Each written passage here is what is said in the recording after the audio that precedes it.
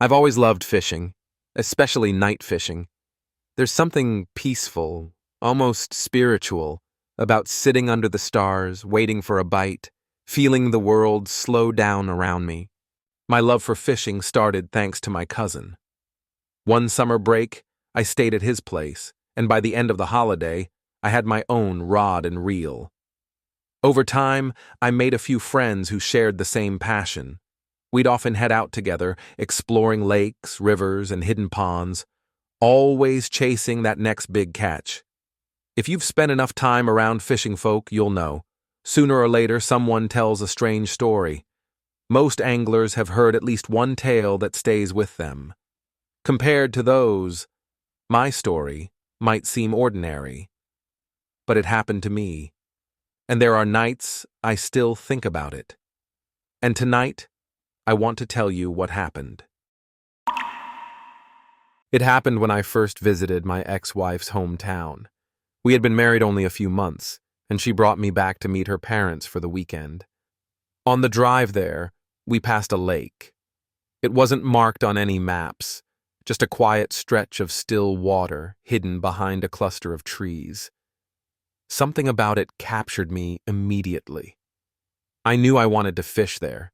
I shared it excitedly with my wife, making a light comment about how perfect it looked for fishing. It was surprising that she had never told me there was a lake so close to where she'd grown up, especially since everyone who knows me associates me, first and foremost, with fishing. But her reaction was not what I expected. She tensed, her gaze fixed ahead on the road. Her response was cautious, uneasy. She said the lake wasn't a place people talked about much. There were stories, rumors, really, about people who had gone missing after venturing too close. The locals avoided it altogether. Parents warned their children to stay away, and most listened.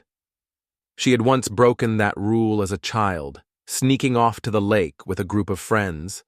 She was grounded for 2 weeks, and she never went to the lake anymore.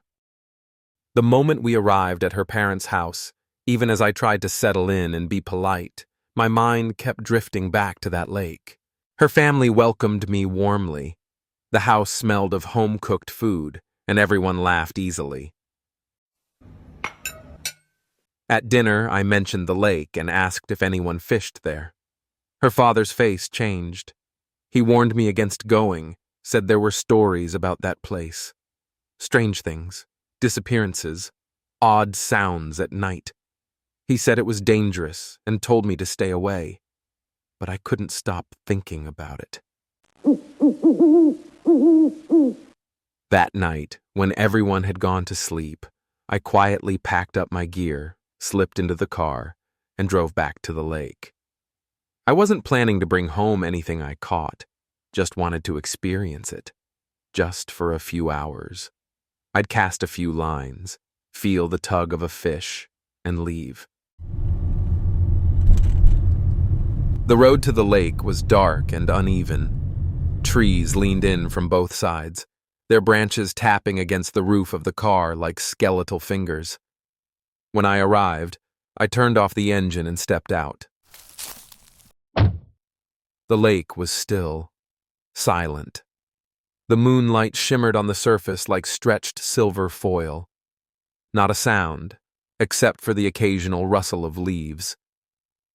I found a clear spot near the shore and set up my gear. The first few casts were uneventful. The bait vanished, nibbled away by unseen mouths, but that only made it more exciting. This was the beauty of fishing, the anticipation, the mystery. Around 2 a.m., just when I was about to pack up, I cast again. This time, something caught. A solid tug. I waited, the line taut, feeling the life at the end of it. When I pulled, it resisted. The weight shifted beneath the surface, coming slowly toward me with deliberate force. My heart pounded. I reeled carefully, guiding the unseen creature toward the shore. It thrashed occasionally, testing my grip. The rod bent dangerously, and I struggled to hold my balance. Just as I thought I was about to see what I had hooked, something yanked the line hard. I stumbled. The rod jerked forward, the line snapped. I froze. My hands trembled. I took out my backup rod, attached fresh bait, and cast again. Everything was quiet now. So quiet I could hear my own breathing. The wind had stopped. Even the insects had gone still. Time passed. Nothing bit. The surface of the lake was still and empty. I began to grow tired. It was late, later than I had planned. I decided to pack up and leave. As I bent to gather my gear, a voice called out. A man's voice, friendly, casual. I froze. My eyes scanned the darkness. There was no one. The voice said he was nearby, just beyond the bushes, and that he had been watching me for a while. Said he came here often, that this was his secret spot. I listened, as I continued to gather my equipment. He spoke with familiarity, like someone who expected to be trusted. He said the fish didn't come out until much later, and invited me to stay and fish with him. I hesitated. Something about his voice was off. Too calm, too cheerful for a place so lonely.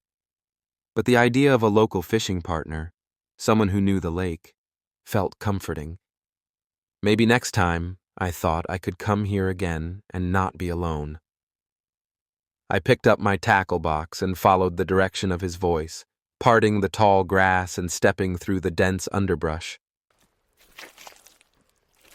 But as I pushed forward, something felt wrong. The area grew colder. The ground was damp, soft. My boots sank slightly into the mud. There were no footprints. No sign that anyone had been through there. No light, no shadow, only thick reeds and an unnatural quiet. I called out.